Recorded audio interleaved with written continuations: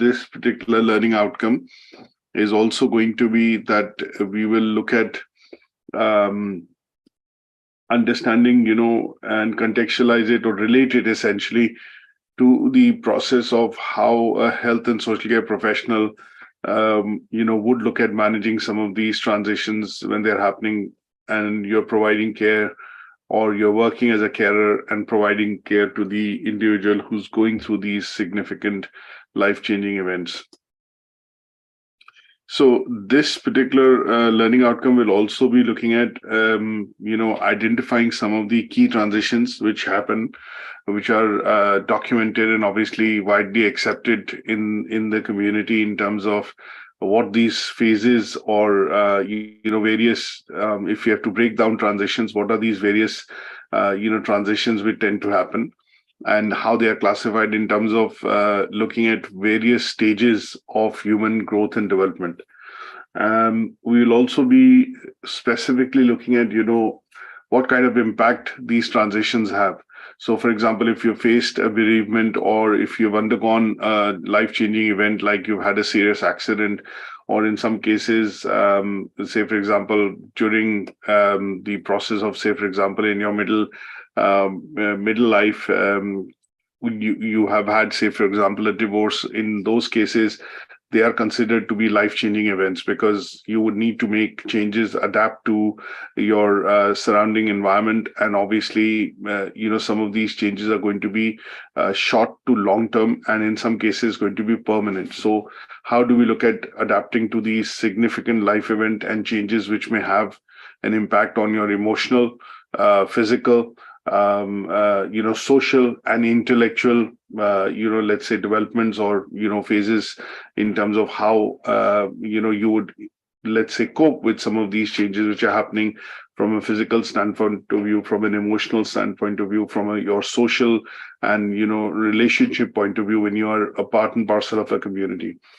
And then last but not the least, I think one of the key parts that we want to look at in this is what is the role of health and social care practitioners, people who work within this particular sector, the role of health and social care worker in detail, in terms of how significant their role can be when they, provide some of these services in terms of helping individuals transition and face or go through some of these significant life events which they are facing because of various reasons, and how can the role of the health and social care practitioner or worker can have a positive impact on people in general, and in terms of how they can understand their duties, roles and responsibilities better, and then they can obviously go about helping the individuals or supporting the individuals in terms of, during this transition that they're going through, or a significant life event which has happened in their life, and they are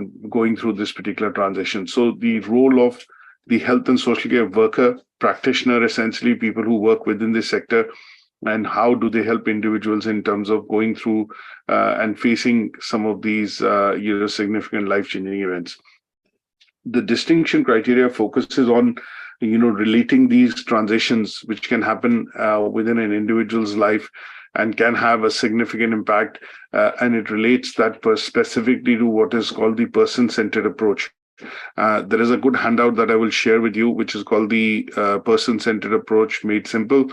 It is a handout by Health Foundation in the UK, and this basically, has a short handout for about 10 minutes read, but basically explains why the person-centered approach is useful in, why is it put together and why is it useful for health and social care workers or practitioners essentially to be able to follow it, because it has 4 guiding principles, and these 4 principles basically, provide the health and social care practitioner with the guideline processes to be able to follow and help the individuals in, obviously transitioning, help or support the individuals essentially in the process of transitioning when they face, these significant life-changing events. So this particular concept of, person-centered approach generally tends to be important because of the fact that when we look at, basic things like people expect and have dignity, You look at certain bits which are related to with regards to the individual in terms of choices that they would need to make. They would want to make independent decision making and independence in that process of making decisions.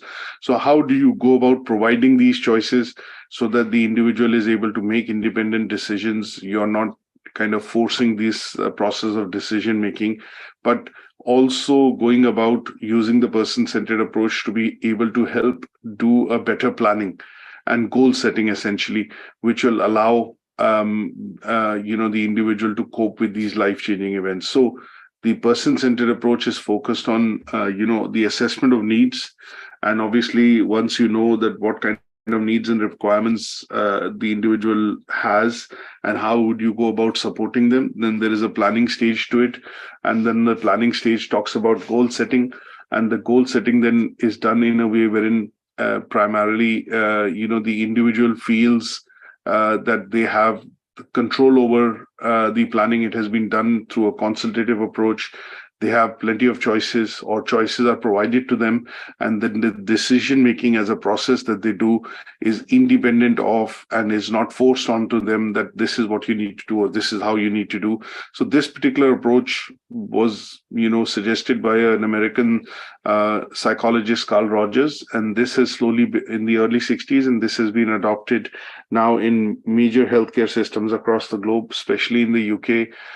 You see this the concept of person-centered approach becoming a part and parcel of the National Health Service and the NHS Act of 2010, when it was adopted, to make sure that everything that is delivered in terms of service within a National Health Service has PCA or PCC, as we call it, person-centered care or person-centered approach in the whole framework of how care is provided to individuals, by the National Health Service. So there's a good handout which will give you a bit of a background in terms of what is PCA, person-centered approach, what is person-centered care, how this approach was developed, and why is it that it puts patient at the center of all services which are provided, which basically include a personalized service, coordinated service, which is where the planning comes in with the healthcare practitioners, and then how care is enabled, ensuring that person is treated with dignity, respect, individuality is maintained, and at the same time, choices are provided with the independent decision-making process being done by the individual. So the distinction part would focus primarily on relating the transitions and the significant life-changing events which typically an individual could face, but they would be related to how the PCA approach essentially helps in, going through these changes and transitions at any given point in time from from a patient's perspective or from an individual's perspective, which is facing these life-changing events. Now, in regards to the indicative content, it is divided across these four assessment criteria that we're looking at. So obviously the impact of transitions is a very big topic, in the sense that there's a lot of reading to be done, because we can look at the transitions and their impact, which can happen across the four basic stages that we have discussed, things like childhood, 0 to 4 years. Then we've looked at adolescence, adolescence, puberty or teenage, and then we have looked at adulthood.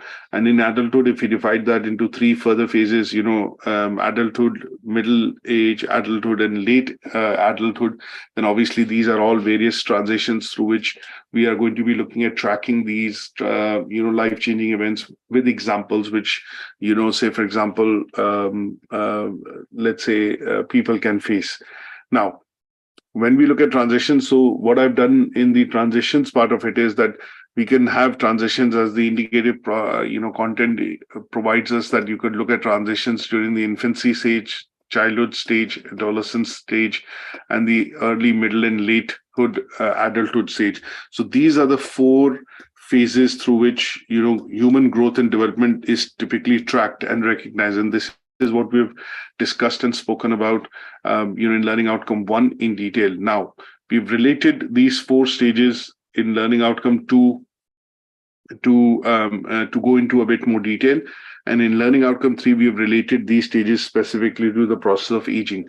Now, in 4, we are looking at relating this to life-changing events.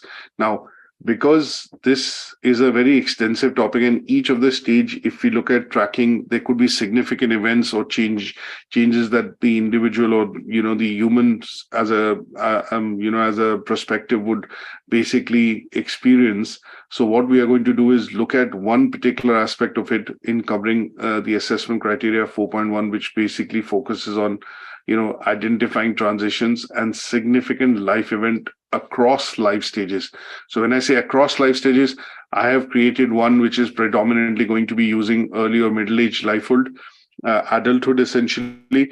But if you need to do so, you would need to look at going and applying those same transitions and significant events which typically happen at each of these stages, and these are the bits that we will need to look at covering predominantly. So that would help also in your let's say assignment task when you do it at a later stage, when we discuss next week the assignment discussion.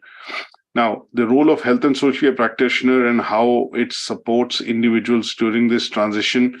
I've again taken an example in terms of what again, this could be quite generic and quite detailed, but I've taken a particular example in terms of the role of health and social care worker, and then with a specific example taken and explained how their role supports the individuals during this transition phase. And then the last one, which is wherein we are looking at understanding and relating it to the person-centered approach. So it will be useful for you to go through one or two handouts to understand person-centered approach, maybe just an overview of it by reading these handouts and case studies, which I will upload on Moodle. But it is going to be providing you insight into what kind of transitions individual face. Again, these transitions could be across this, so it could be quite detailed in terms of study, but from a point of view of evaluation that we have to do in 4D1, you're looking at just focusing on one particular significant life event or stage through which we will track this.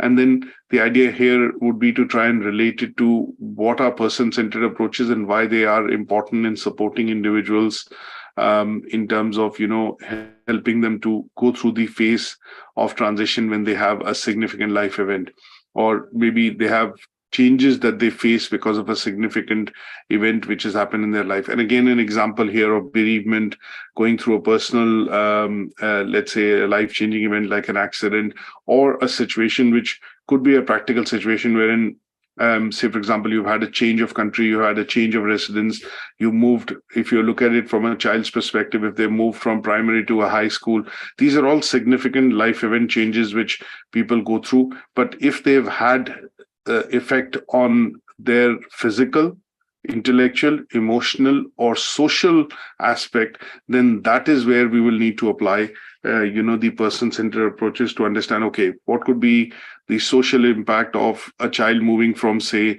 one city to another city just because the parents, for example, the transition would be required is because the parent has had a change in job and they would have had to change city, and because of which the child or the children at home would need to change their school. Now that would mean changes in relationship, changes in their friends. They would need to start to adapt to a new life and adjust to or make some adjustments to adapt to this new life or lifestyle because of the change of location, change of friends, and obviously change of school. And that would mean they would need to reinitiate, say, for example, new friendships. They would need to look at, adapting to the location in terms of how they travel or go into the school, what kind of friends they have, what kind of support they have during this particular transition. And that is what we will relate by taking an example, person-centered approaches, so that if we are providing them support in this transition, the support tends to be looking at assessing their needs, then obviously looking looking at doing a bit of planning, and that planning relates to setting goals for the individual and then providing them choices to be able to make that decision in terms of how they would want to go about during that transition. So quite an interesting learning outcome in terms of how to close the unit, because it helps us understand and relate this to, I would say, live or real life examples when we have studied theoretically, the various aspects of how stages of growth and development, affect individuals, humans in particular, during their, lifespan. So we've understood quite a lot of it in the learning outcomes 1, 2, and 3, and related to specifically learning outcome 3 yesterday with the aspect of aging. And here is where we are going to be looking at, practically studying them by taking up a few examples in terms of understanding what are transitions and what are these life-changing events, and how you, from a perspective of a health and social care worker or a practitioner, essentially help support individuals to go through these changes and, significant life-changing events. Now, I would like to start off, today's discussion with primarily looking at one or two broader terms in terms of looking at using, which is going to be talked and used quite a lot during this session, is talking about what is life transition. So if you look at the definition of life transitions, they would essentially mean that you're moving from one, state into the other. So if I look at the general meaning of the word transition, from a perspective of, what does it mean? It tends to be a process of change, or, a period or a process through which you will be looking at making changes or adapting to one condition or some sort of a condition, essentially, and they would essentially be related to what we call transition. Now, if I add the word life to it in terms of life transitions, then what we are looking at doing is, if we take up an example of a transition could be a change in job, for example. If you're working and you move from one company to the other because you're getting a better prospect in terms of employability or, wages or salary, that could be a bit of a transition, because what you'll do is do a bit of a notice. You'll hand over your notice or hand over your resignation, or, show your or discuss your intention of leaving the organization with your boss. At some stage, you put in a formal resignation, you go through a period of notice or garden leave, and then at some stage you start with the new organization.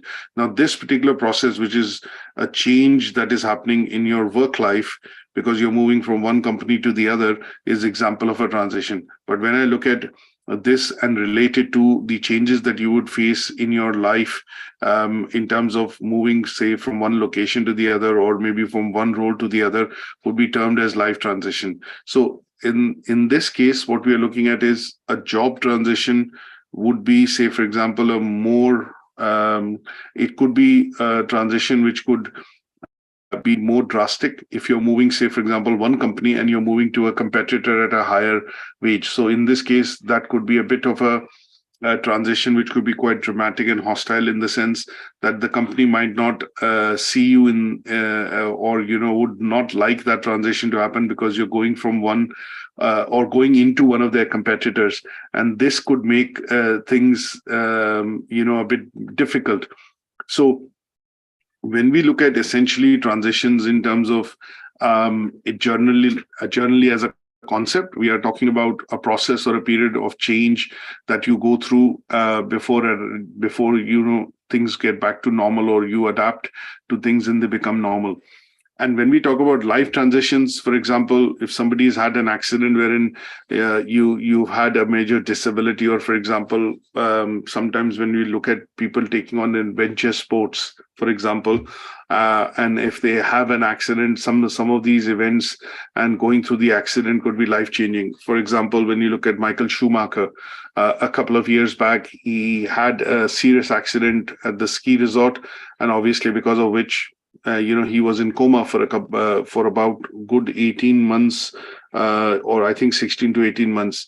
And his family decided that, they're not going to pull the support system, and they were confident, and he came out of it. And obviously this has changed, or has had a very dramatic this was a very dramatic event, and it had a very serious effect on some of the things in terms of how he looks at things now, and this kind of a transition in terms of from being in a state of coma to coming out of it and then slowly and gradually adapting to life as it gets back to normal is a serious transition. So in this case, it is a transition which maybe he has gone through, and that has been that he has been through has been because his family, his friends, his colleagues, medical staff have been very supportive, and this transition that he's faced, and he's come out of this particular coma and now he's trying to get back to his usual or normal life, is primarily an example of a life transition.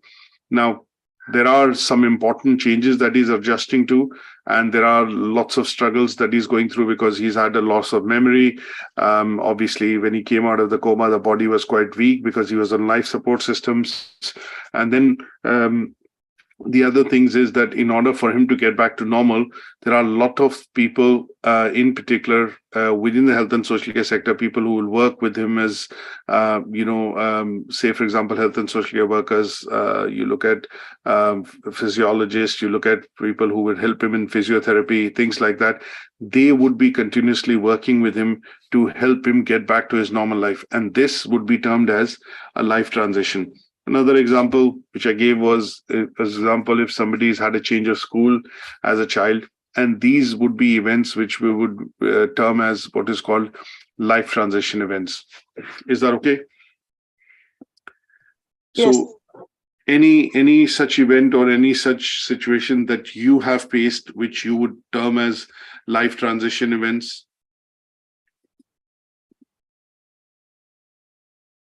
Sorry, Mr. Singh? Any such events or any say, for example, such transitions that you have faced, where would you classify them as in life transition events?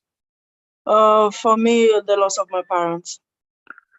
So this is a significant event which has happened, and obviously this could have impacted you in terms of getting adjusted to it, maybe feeling a bit lonely, and because they were a significant part of your life, having to make adjustments to not having them at this moment would have been a significant life transition for you, isn't it? Yes, very much. So these are examples of what we would term as life transitions, or life transitions because of the fact that this is a period through which you are going through, wherein you're in one particular, say, emotional state, and you are going to overcome and get into another stage at some point in time. And these kind of events, which take their own usual course or time for you to go through and then become normal, would be termed as what are called life transition events. Now, this helps us nicely get into the first criteria, which talks about identified transitions and significant changes which can have an impact on the growth and development of a human in general. Now, on this slide, what I've put in is a bit of a journey which we go through, as all of us go through as an individual. And this journey tends to be, try to classify this across the 4 stages that we talk about in terms of, infancy. We talk about, the 4 basic stages that we talk about: childhood, adolescence, and adulthood. Now, in 0 to 4 years, or 0 to 5, or 0 to 6 years, depending on the society that you're in.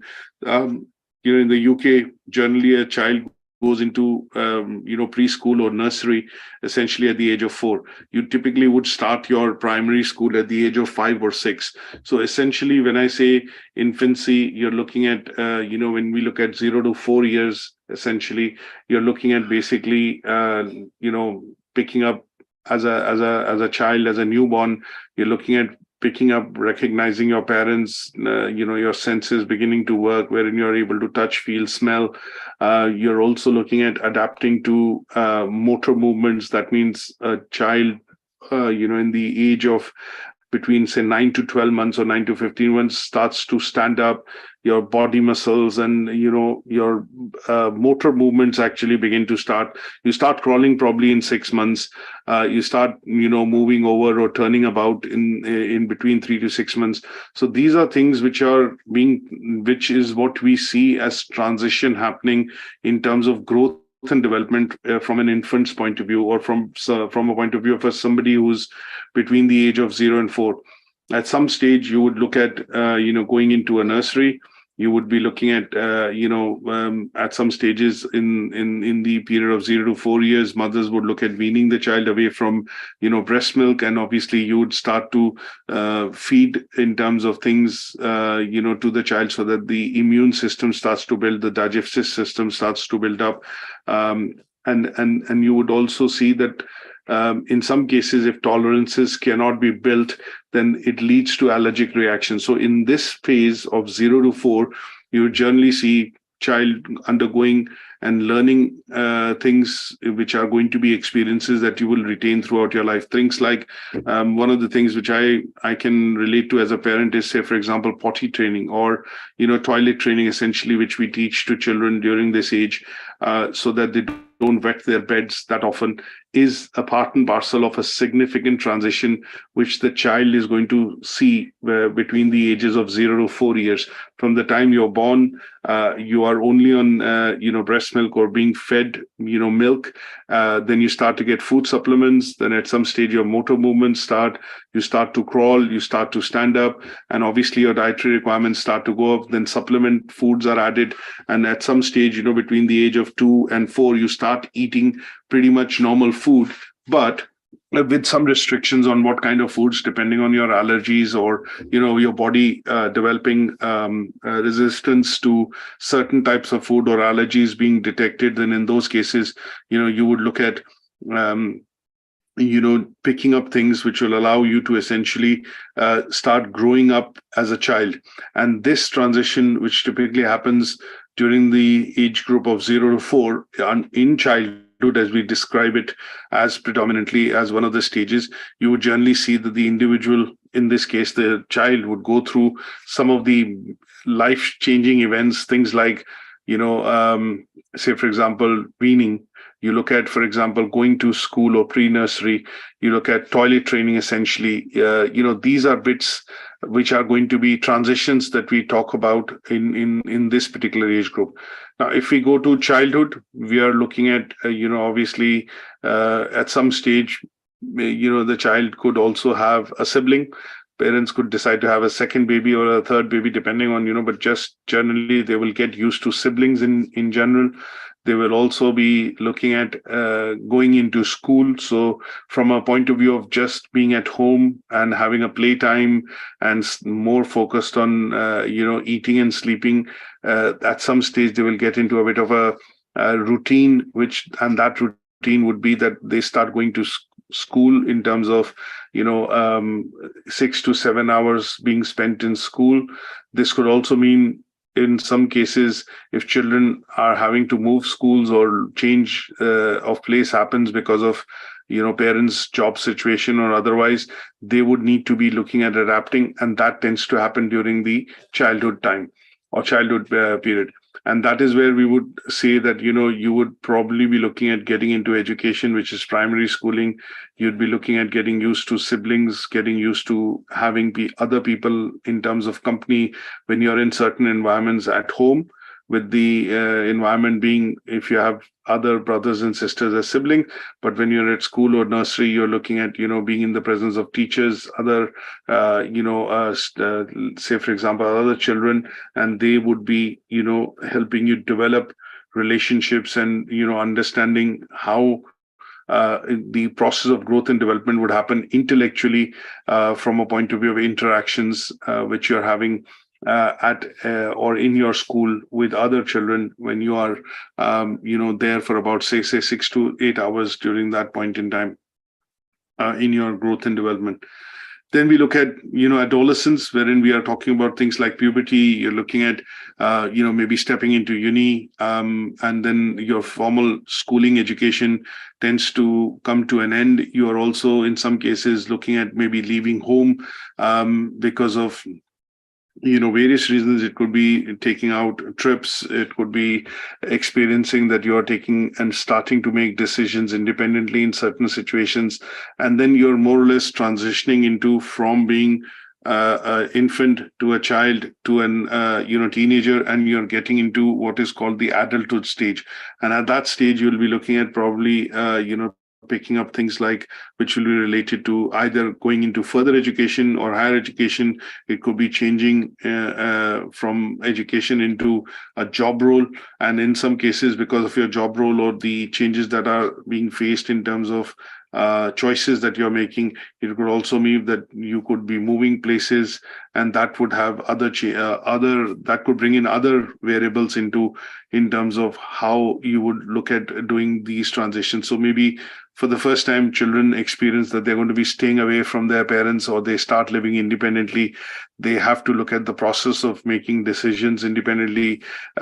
Within the adolescence to the adulthood stage, you would probably look at picking up some of the life skills, which is things like dealing with money, managing your own time, starting to make independent decisions to a certain extent, and in some cases being more involved in doing physical oblique, let's say mental work, because at this stage of your growth and development, you are pretty much transitioning from being an adolescent or a teenager into an adult, and that is where your parents try and pull you into helping in or contributing in making decisions for certain key aspects of say, for example, certain types of roles within your home or your house. And that is where your contributions tend to start to increase, so that you pick up experience in general when you are going through this particular last phase and going into what is called the adulthood. So this particular image here, what I've tried to do is basically look at certain key phases that you go through, and then they have been related to by adding some valid points which show that these are the transitions that you are making predominantly when you're going through some of these stages. Now, in order to understand, I think the examples would be to go through, because it says identify transitions and significant life events across life stages. So when I say life stages, what do I mean by that? There are 4 life stages that we have to talk about what transitions and significant life events actually happen. So the idea here is to talk about these changes across the 4 stages that have been identified: infancy, childhood, adolescence, and adulthood. So my idea on the slides would be that I've taken up an example wherein I've given 1 or 2 specific examples from, say, the childhood or infancy, and then towards the late or adulthood in particular. But obviously, from a point of view of going into details, what you would need to do is talk about these same transitions that you go through, but maybe across the 4 stages. So here, what I've done is, obviously there are 4 different types of stages, and then the transitions that we have to talk about are going to be transitions which are related to being emotional, physical, intellectual, and the psi, the term that we talk about, these 4 different types of transitions that we go through, they have to be talked about here. And psychological could be social, in other words. So emotional, physical, intellectual, and social transitions or changes that you face across the 4 life stages have to be discussed. Giving you an example of crawling to walking is an example from the childhood stage, wherein children start, crawling when they are between 6 to 9 months old, and obviously they start walking anywhere between, when they are 9 to 12 months or 9 to 15 months old, and this changes how children look at things in terms of their perspective. They start touching, feeling, the environment. They start moving around. They find a new freedom from being just, lying down and being picked up. And, they start to get what are called motor movements and start to take that step to becoming independent in terms of being able to walk across and, go to certain places within the house. And that is where the children are essentially in the process of discovering, interacting with a lot of things. And as parents, we tend to see that a lot of things tend to break during this time, because they are not, when I say they, I mean children are not very sensitive to, and they are actually trying to get a understanding of their senses. So sometimes when they pick up a piece of glass, they might drop it straight away. They might, knock two objects together, but having not to realize that these could break. And that is where we go through this phase wherein, children would experience different things and learn by doing things at this age. And that is where, an example of crawling to walking would happen, or the development of sensory senses, typically touch, feel, and smell, would begin to become, let's say, become important, because the children will start to recognize. They would ask questions because they start talking as well. And obviously, you are able to give them guidance and teach them that this is what is required to be done or can be done. And that is where you look at this particular stage. And then an example during the adolescence could be wherein I picked up a specific one wherein you're moving from one class to the other, or you're looking at moving from one school to the other, and you would be looking at doing this transition because your parents have had a change of job. They have moved location, and because of which you had to move. And that would mean going to a new school, meeting new teacher, having new friends, picking up maybe things in terms of how it is done in that school. And that would be requiring emotional support. That would be requiring, intellectual and physical support. And some part of it will come from parents. Some part of that would come from the teachers in school. And some part the children would learn to develop and get that support from their other, siblings in the house. And in some cases, it could be friends which will be providing this support when they're at school. So this would be another example of a transition which an individual can face when they look at a change of school. A significant transition that you could look at in some cases during the adulthood stage or adolescent stage could be adoption, as an example. And this would be a very big transition if somebody has had, has been in, say, for example, foster care, and, then gets an opportunity to get adopted into a family, wherein that would be a very significant change in an individual's life, because somebody who's not had parents, or for example has been in foster care, then gets an opportunity to integrate into a part of the family wherein you see a lot of support system working to make sure that the child essentially gets adapted to the new surroundings. There would be social workers. There would be various different types of support which is provided to parents, family, as well as the child who's being adopted. And this could be a significant, step in terms of how the child would transition from being at a foster home to being with his parents or adopted parents in a home wherein the environment could be, totally different.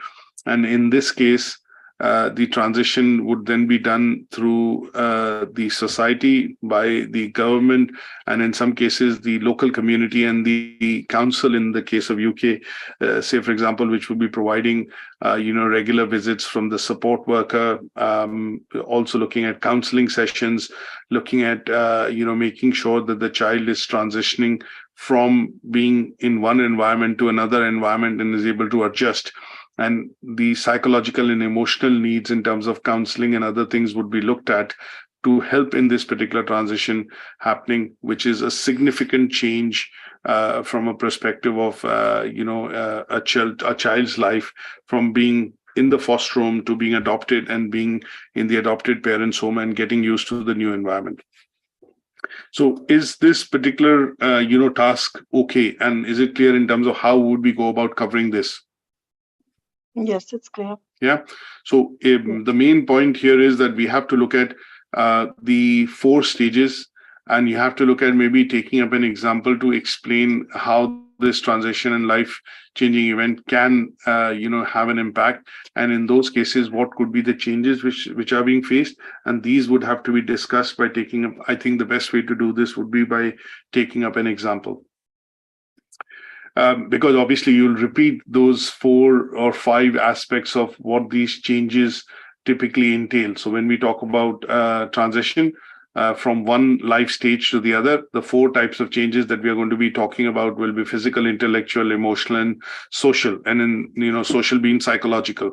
So these are the 4 changes which would happen, but we have to discuss them across the 4 life stages, which is adolescence, infancy, childhood, or adolescence, and then we are looking at the adulthood, which we don't want to classify. Again, if you take an example within the adulthood stage, you could take up an example and further categorize that into early adulthood, middle adulthood, or late adulthood, if that is more suitable. Now, the second assessment criteria that we have is it talks about describing the impact that these transitions and significant life events may have on individuals.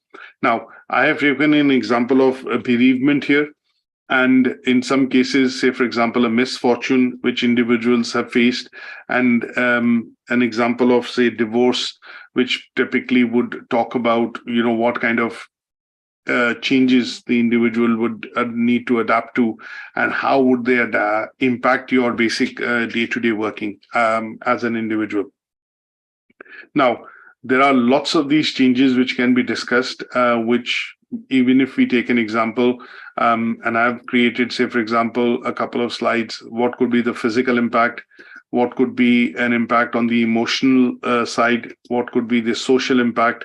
And essentially, the idea would be to try and take one of these examples to understand what are these changes which happen and how these changes would, can impact an individual's life when they are going through this particular phase wherein they've either lost somebody because of bereavement, or they've had a misfortune, for example, which could be a result of, say, for example, an accident, could be laying off in terms of redundancy, or in some cases, a misfortune could be that you've lost something, because you've gambled away, or you've taken a high level of risk, and that has resulted in you losing something, which then obviously has a significant impact from an economic perspective in your life. Now, some of the other personal aspects, when we look at emotional side of things in particular, and social aspects in particular, would be by taking up an example of divorce. So if you've had say, for example, if you're undergoing the process through which you have now separated and you've gone through the process of being divorced, then in those cases, there is an impact on your social side. It has implications on your social side. It has implications on the emotional side. And if you had children, then obviously separation and who gets the custody and things like that would maybe need an explanation when we talk about these transitions and significant life events. Losing somebody could have lots of different types of, maybe all the 4 types of changes that you could see. Losing somebody could have a physical change on you. It could have an emotional effect on you. It could also be, intellectually quite hard for you to get over it, and it takes a bit of time. And then because you are socially and intellectually dependent or emotionally dependent and attached to that particular person, a bereavement or a death in the family could also mean that, it could lead to depression, grief, stress, anxiety, because you were very attached to that person. Or, for example, in this case, if you've lost somebody which is very close to you, or you relate to that person very closely, then in those cases, it could also have or put you into a depression, or, make you feel lonely. And because of which you could also have anxiety attacks and things like that.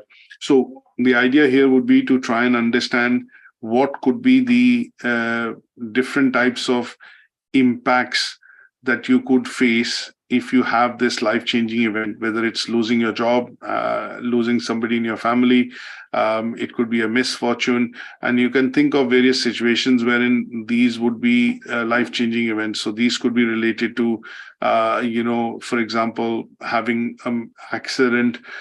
In some cases, it could be related to having an injury because of the accident, and in some cases, a prolonged case of an illness.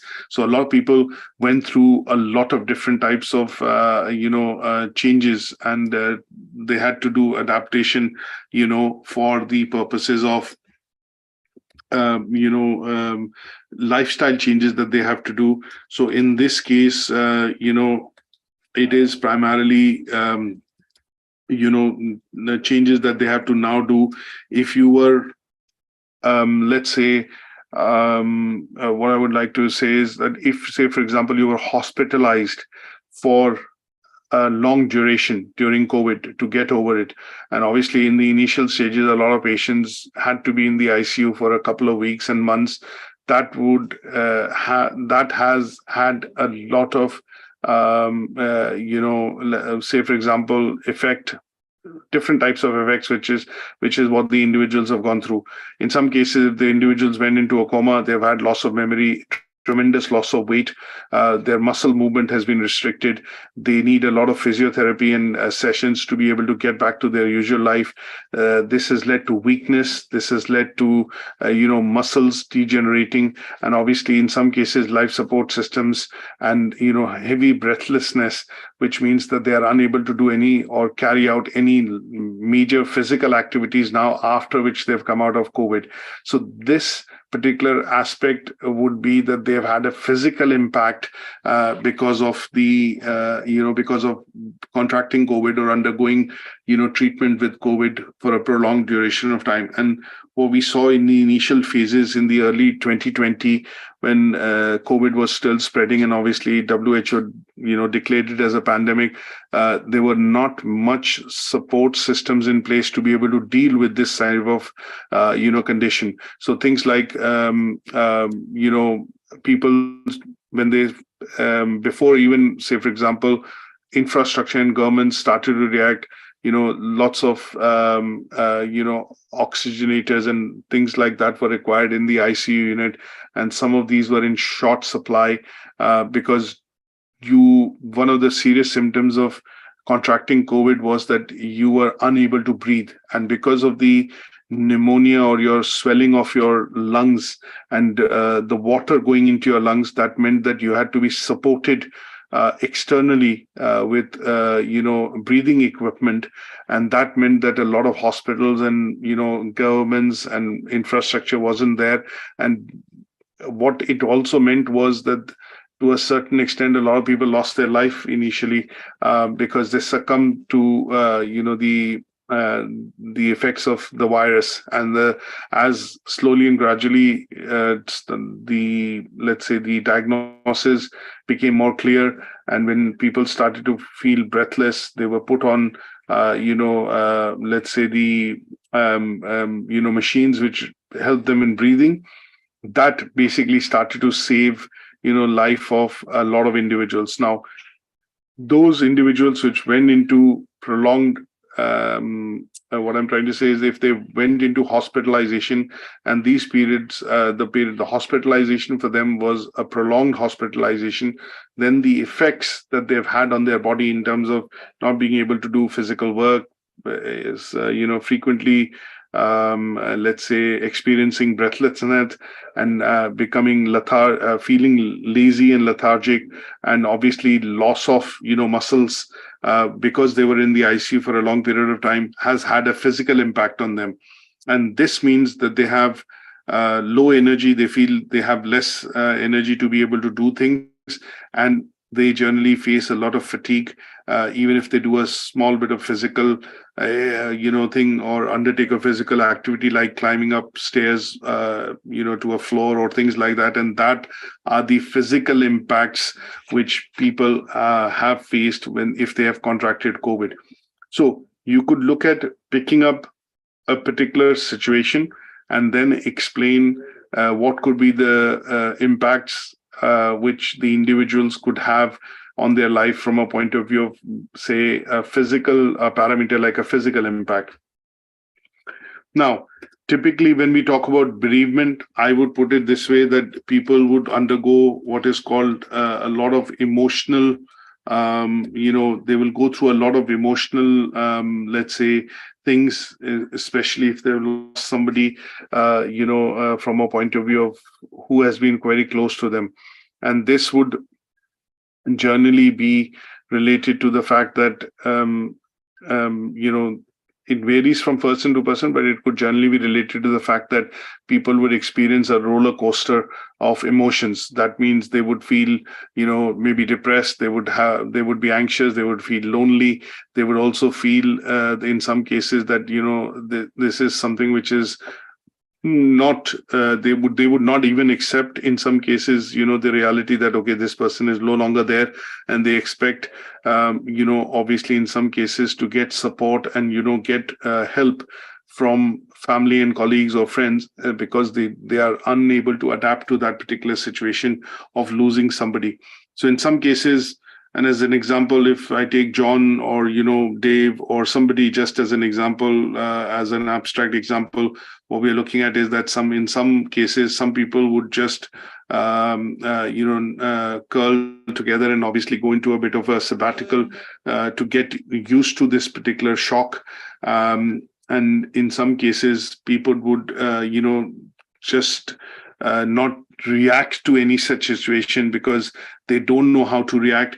And in some cases, people would essentially be, not showing the emotions outside or openly, but they would be internally moaning and obviously getting to grips with the grief and the depression that they are facing, but putting up a very bold front externally to show that they are okay and they are able to cope and deal with it. But internally, they would be going through some of the emotions and this process of, having to lose somebody on their own and trying to put up a brave front, as I would put it this way, that, okay, it has not affected them, but actually it has. And they would only tend to open up to individuals that they feel they are close with. And in those cases, the effects that you would see or the support that these individuals would essentially need would be more of emotional support in order to help them get over this particular situation. The third major impact you would generally see, essentially, from a point of view of looking at adjustments would be a social impact. Now, if you look at how some of these things sometimes tend to happen, you need to be looking at making adjustments in terms of how you adapt in this society. And in some cases, when we talk about, social impacts, what we are also looking at is primarily talking about, facing to these changes which are happening. And these changes could be facing to them from a point of view of looking at, let's say, let me put it this way, from a example, when I put it this way, from a social perspective, it could have an economic impact, because if you've lost your job, or if you're in employment, or you've suddenly become unemployed now, it could have a economical impact, but obviously under the social side of aspect would be that you might need to curtail some of the expenses or some of the things that you would normally do. And in some cases, sometimes what happens is, if people lose a job, for example, they do away with some memberships, they do away with certain extravagant or expenses which are generally, to support their lifestyle till they are able to get back on their feet. It could be a social impact, which could be dependent on you looking at, say, for example, reskilling, and you would feel that, okay, this is something that I need to reskill or upskill because I am lacking those skills and knowledge, and that would allow me, that is not allowing me to get to a job role. And in this case, you would look at examples wherein, the social impact of that could be that because you are not, or lacking that training or lacking that skill, that would mean that it puts you at a disadvantage of, seeking, say, for example, a job or a replacement of your job that you have lost. In some cases, you could also look at injustices from a social perspective, some of the challenges that you face. You would need help and support from your family members, individuals, your extended family, your friend circle, and they would be looking at, for example, providing you sympathy. In some cases, it could be, looking at getting more understanding from the family, because you're having to make some adjustments, which are going to be, because of the impact of losing your job, and that would be classified as all under the social impacts that an individual could face. Now, when we talk about social impact, why it is very important is because of the fact that sometimes when you look at your needs and demands and how they change under certain aspects of when you're a part and parcel of the society. Say, for example, you have a very good job and you get paid quite well. You have a difference in terms of your lifestyle, the choices that you make, the decision making that you do. You might go across, and a simple example of that would be, say, for example, when you are and say, for example, a teenager, you get a bit of pocket money from your parents, and you know that you need to be able to live within that means in terms of additional, sometimes you go and ask for additional pocket money, but essentially you're looking at, making your ends meet within that particular aspect. But the moment you get a job and you start becoming independent, you have a newfound freedom, and that allows you to look at, when I say newfound freedom, it could be economic freedom, because you're earning yourself, and that allows you to look at having more control on the money that you earn from your salary, from your job, and that allows you to look at experiencing different social aspects in terms of going out, partying, holidaying, and obviously, doing certain activities which are basically possible because of the financial freedom that you've gained because you've got a job. So in some cases, when we look at the social aspects of it, the social aspects of it could be related to these examples that I've given, things which would allow you to deal with situations or go through these situations in a way wherein you sometimes would need say, for example, help and support from your family. You would need help and support from your friends or colleagues at your place of work. And obviously, in some cases, when you go through this, you're also looking at, depending on, the support of extended family or friends in your community, essentially. And you see what kind of an effect does it have on, you in particular, and then you adapt to that particular change which is happening, and that would be covered under what is called the social impact. So is this a bit clear in terms of, what could be the impacts and transitions, the impact of transitions that you generally get to see when you go through some of these life-changing events? So Yes. I've classified them into physical, emotional, and social.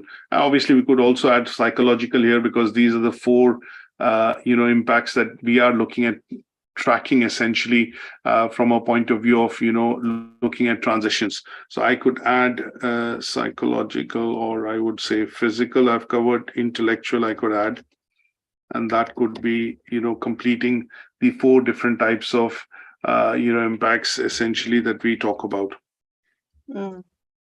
Is that okay? Yes. Now, I'll add this to this particular slide just to, with an example, so that it's quite clear that what do we mean by social impact and how these can impact, our transitioning, specifically when we talk about, these four, say, for example, any particular life stage, and then these transitions, which we experience by undergoing physical, intellectual, emotional, or psychological, changes. Now, the last assessment criteria in this is, it says, explain the role of health and social care practitioners in supporting, the transition and significant life events. Just give me 1 second.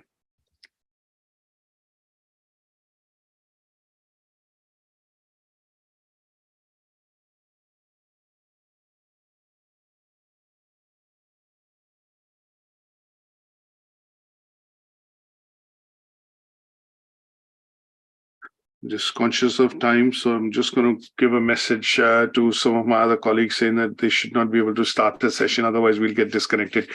Right. So the last bit that we want to look at is the role of health and social care practitioners, people who work within this sector.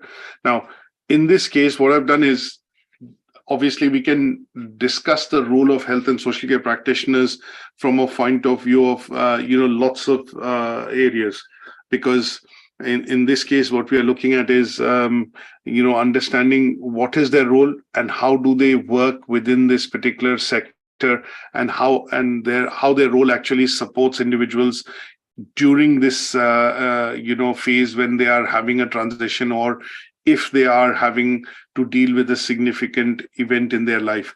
And what could be these significant events that we've discussed as examples? Things like injuries, illness, you're looking at bereavement, you're looking at change of job, change of location, change of school for a child, or maybe looking at dealing with a loss. Now, I've taken up a very different example on this side, is that how do health and social care practitioners help actually and support individuals with learning disabilities, to look at a life-changing event wherein, or look at an example wherein people have learning disabilities. So sometimes we look at a term called special educational needs. Have you come across this term called SEN? No, I haven't. All right. Okay. So basically, when we talk about practitioners in particular, when we say people who work within the health and social care sector, people who basically work in childcare, we also do talk about them and refer to them as practitioners, because they are essentially responsible for, let's say, implementing the policies and practices which have been laid down by the government or by in legislation, and they tend to be the person who's directly involved in activity related to delivering this particular forte, for example, through their roles and responsibilities or through their profession. So people in the medical profession, doctors, nurses, would be termed as practitioners. Healthcare workers would be termed as practitioners, because they are persons who are actively engaged in providing, let's say, support or dealing with patients, and that is where that term of practitioner would come across. Somebody who practices, somebody who's basically in that profession, somebody who's, because of their profession, providing that let's say they execute their role and responsibility, and because of which they are able to provide the support to the individual, or say, for example, a doctor, when they prescribe a medicine, they are using the route of prescription. As a practitioner, as a skilled professional, they are able to basically exercise their right of doing their job, and as a result, the patient is able to get medicine for which they get cured from that condition. So a doctor who practices medicine would be termed as a practitioner. Similarly, a healthcare worker, healthcare assistant, a healthcare professional who works within the sector and then executes or provides and does some of these roles and responsibilities, which is a part and parcel of their job role, would be termed as a practitioner. Now, when we talk about special educational needs, people which have learning disabilities, and they also need to be supported in their early childhood or as a young person in order to have the ability to be able to learn. So people who are trained essentially to provide, let's say, these I would want to use a word. So, for example, persons or people who are actually trained to help and support the individuals or children in this case who have learning disabilities would be termed as what are called SENs, special educational. So sometimes individuals will have special educational needs, and people who basically provide and work within this sector and provide these and execute some of the basic roles and responsibilities to provide to these people with learning disabilities would be termed as what are called SEN practitioners, SEN, special educational need practitioners. So what I've done is I've taken an example of people who work within this sector as a specialist, which is dealing or providing services to children with special educational needs and disabilities. And they tend to be called, if I add the word disability to it, it will become SEND, SEND. So I have taken the example of learning disabilities and the barriers which the children would face because they have disabilities of this nature, and how would the healthcare workers or assistants or professionals help the children to overcome these disabilities, would be termed as the role of health and social care practitioner. Is that understood as a concept? Yes. Yeah. Now, some of the basic roles that we look at in terms of what the role of the health and social care worker would be. Say, for example, somebody like me who's worked within this sector, I know that and I understand that sometimes when we work, our role is primarily a secondary role, because we are there to primarily provide care to the individuals. Now, this care could be, if I give you a simple example, somebody who's undergone a surgical procedure, they are in the general ward, and in those cases, they would have 3 or 4 different type of support systems through which they'll be, and this support system will be helping them in having a speedy recovery. They would be inclusive of a nurse. A nurse could be a clinical nurse or a practicing nurse. It could be a healthcare worker, healthcare assistant, a doctor, or a consultant. Now, this particular team would basically do regular checkups, monitor and see your progress in terms of how you're coming along, change your medication, give you adequate, help in terms of initial stages when you're, say, for example, if you've undergone a serious surgical operation and you've come into the ICU, you're monitored, your vital stats are monitored, and obviously you have a nurse, you're under 24 hours monitoring your vital stats like blood pressure, your breathing, your vital signs are being monitored using equipment in the ICU unit.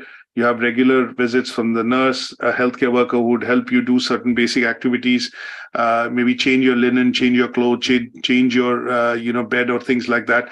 And then once you are considered that you're out of danger, your body is adapting favorably to the changes of surgery, medication, you are then moved into a general ward, and in a general ward you would be kept for a period of 3 to 5 to 7 days depending on your condition, and you'll have again regular visits from the physiotherapist, you'll have nurses, healthcare workers and assistant, and doctors or consultants visiting you to check on the monitoring and progress that you're making in terms of your recovery.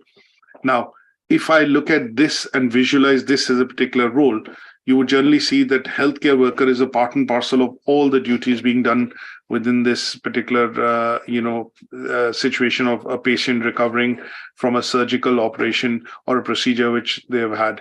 And in those cases, they are providing care. They're providing updates to the family member. They're making sure that the individuals are being properly looked after in terms of their medication time, your meals, maybe changing of certain, bed and linen and clothes. In some cases, if you're in the adulthood stage and you're in the late adulthood stage, if you're an old age person, then there would be other needs in terms of ensuring that your bed could be raised, and you would need additional support to be able to get back to usual activities that you do. And these would essentially be around the various roles that you're expected to play when you work within this sector. Now, when we look at the specific role of a health and social care practitioner, the idea would be to try and look at discussing this from a particular example. And when I say a particular example, I have taken the example of people with learning disabilities. It could be that, the roles would be across a lot of, spectrum. It could be a wide spectrum of roles which a health and social care worker actually plays. So if you look at a hospital setup or an A&E setup, you would generally see lots of healthcare workers working, but they are working in different roles. So you have to be able to pick up one particular role, whether you pick up, children with special needs, SEND, you look at children with emotional shortcomings, you look at adults, you look at older women and men, you look at people with disabilities. You'll have to pick one such area and then discuss and explain the role of a health and social care worker. So what I've done is I've looked at the aspect of learning people with learning disabilities, and here is where I have looked at expanding that into how the role of the health and social care practitioner would be in terms of supporting the individuals, during this particular stage, which will be coined as a life transition, or dealing with significant changes in their because of the event. Say, for example, if you were born with no disabilities, but if you've had an accident and that has led to an impairment of your vision, for example, or if you have had a partial loss of hearing, then in those cases you've developed a disability, and that disability is going to remain with you throughout your life. And in those cases, they would be coined as disabilities which are going to have significant changes to your life. And this would be, then you would need support from health and social care workers or practitioners, essentially, to help you transition and then adapt to this changing situation that has happened in your lifestyle and in your life, in terms of developing that learning or that developing and kind of becoming normal with that disability, and still having to be able to carry out your usual functions. So defined learning disability, what kind of a care plan can be put into from a health and social care perspective. And this then is focused on the person-centered approach. How would you ensure that the plan which is being put forward involves the individuals and their needs, and obviously looks at providing a plan which is personalized, providing a plan which is well coordinated, planned, thought through in terms of goals and objectives, at the end of it, what the patient would be able to achieve with the support of the health and social care worker. And then that plan also incorporates the PCA approach, or the practice, which is to make sure that the individual is respected, the dignity of the individual is respected, the care being provided by the individual as a health and social care worker is compassionate, and we are respecting the needs and wants of the individual, and also supporting the independent decision-making process, which the individual would do at some certain stages, when all the outcomes or variables are provided as input to the individual for them to make a decision. So the person-centered approaches would tend to be things like empowerment, advocacy. You're looking at dignity, respect, and they would be, significant part and parcel of, a health and social care worker's role to be able to help support individuals during that transition and the significant life-changing event that they have faced. And this could have various parameters in terms of, there are 6 basic fundamental principles of person-centered approach. So here the idea would be to try and discuss your role as a health and social care worker by taking up one example of a significant life-changing event, and then focusing on some individual aspects of person-centered approach, PCA, and talking about them to cover your roles and responsibilities. Is that okay? Yes. Good stuff. The distinction part of it is, again, looking at, expanding on the person-centered approaches. And here is where I would suggest that you read the 2 articles which I'll provide. One is on the person-centered approach article by Healthcare Foundation, and a case study which talks about, person-centered approach in transitioning and planning from a healthcare worker's perspective. And that would help complete, the analysis. Okay. Is that okay? So yes. There is some further reading on 1 or 2 blogs and resources which I put in the plenary, and that could also be helpful in understanding the distinction criteria, so that you're able to do a justice of it when we discuss the assignment next week. Okay, cool. Good stuff. So any questions on today's session? No questions. It's clear. Okay, good stuff. So we will meet up next week, Saturday, and we'll be discussing doing the discussion on the assignment brief. And then what we are going to do on Sunday is start the next unit. Thank you so much. Okay. Take care, Julia. Yeah. Thanks for joining. Bye. Yeah. Bye for now.